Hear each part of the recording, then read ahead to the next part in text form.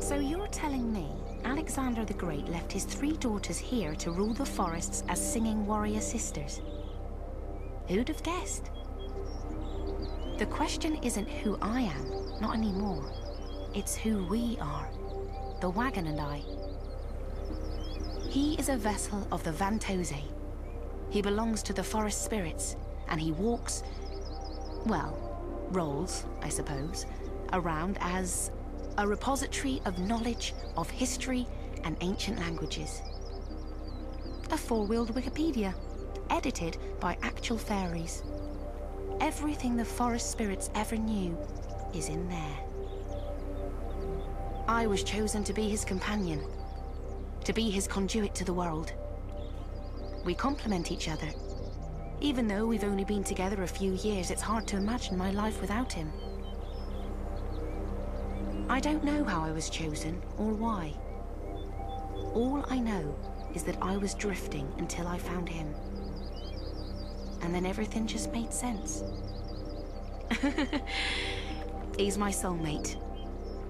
It's a nice feeling. The forest is the secret world at its purest.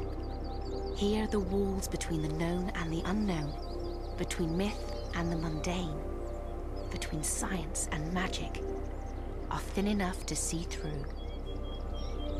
There's been a truce in place here, between humans and the fairy for centuries. A symbiosis, an understanding of mutual respect. The Fey folk keep to the shadows of the forest, and in return their human neighbors have given them what they need the most. Faith. They believe in them, and they keep the myths and legends, the songs and stories, alive from generation to generation. And now, that balance, that truce, is in danger of crumbling completely. The only, person I talk to regularly is my wagon.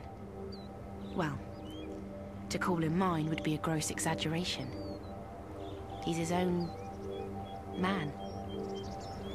Life as his partner can be a bit lonely at times. After all, a single woman living alone in the woods, engaged in conversations with a wagon. Let's just say it's been a while since I had a date. But while it may get a bit lonely, it's never boring. You should hear some of his stories. With everything I've seen, he still manages to surprise me.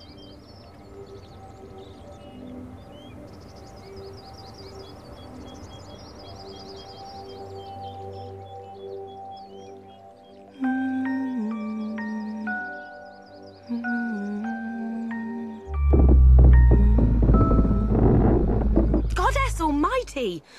You scared me half to death. Oh, shut up.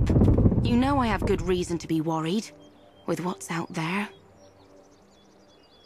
The forest is a dangerous place for humans.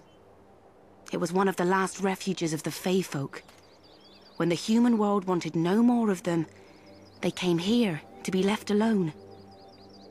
But the vampires don't respect the truce between the fairies and the outside world, and it's caused no end of trouble. The weaker ones are hunted and killed by the Vampire Queen's footmen. The stronger ones? The stronger ones, they're the ones who concern me. Instead of simply striking back at the vampires, they're killing. Indiscriminately. The Fata Paduri. They are many, and they are mad. Mamu Paduri was always a bit mad, mind you. But she kept to her part of the forest. Now... Goddess, be kind! You can't just run off like that to fight her and her brood. It's their forest, and she's tricksy.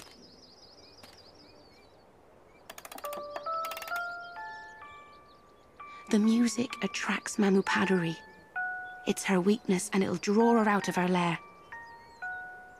Try to understand. She's like a wild animal that's been hurt. She's not accountable for her actions. That doesn't excuse it, but... Please try to understand what it is made her this way. Before you put a stop to her.